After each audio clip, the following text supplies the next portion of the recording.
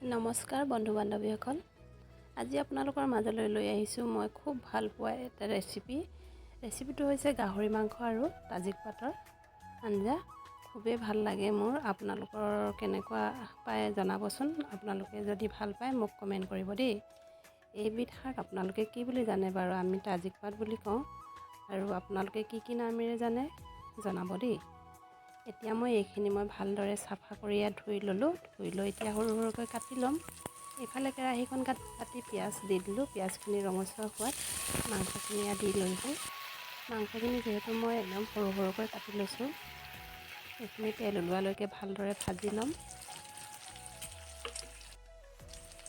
মাংসখিনি এতিয়া মই মছলা জিৰা আৰু ধনিয়া দিছোঁ, বাকী একো নিদিওঁ। হালধি দিলোঁ আৰু নিমখ সোৱাদ অনুযায়ী দি দিলোঁ।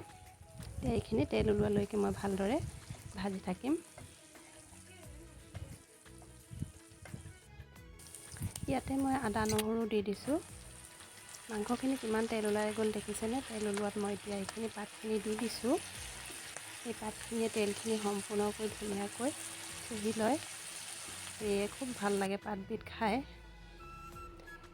মই বিশেষকৈ খুব ভাল পাওঁ, সেয়ে কৈ আছোঁ ভাল পাওঁ বুলি। আপোনালোকে কেনে পায় ক'ব।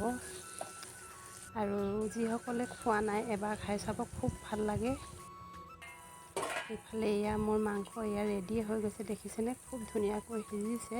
মাংসখিনি তেল ওলাই একেবাৰে সৰু হৈ গ'ল। এতিয়া মই এইখিনি নমাই থৈ দিম। এইফালে মই বাতিত লৈ লৈছোঁ। এতিয়া মই গৰম ভাতৰ লগত ভালদৰে পৰিৱেশন কৰিম। আপোনালোকেও ভাল পাব, খাই চাব। তেন্তে আজিলৈ আহোঁ।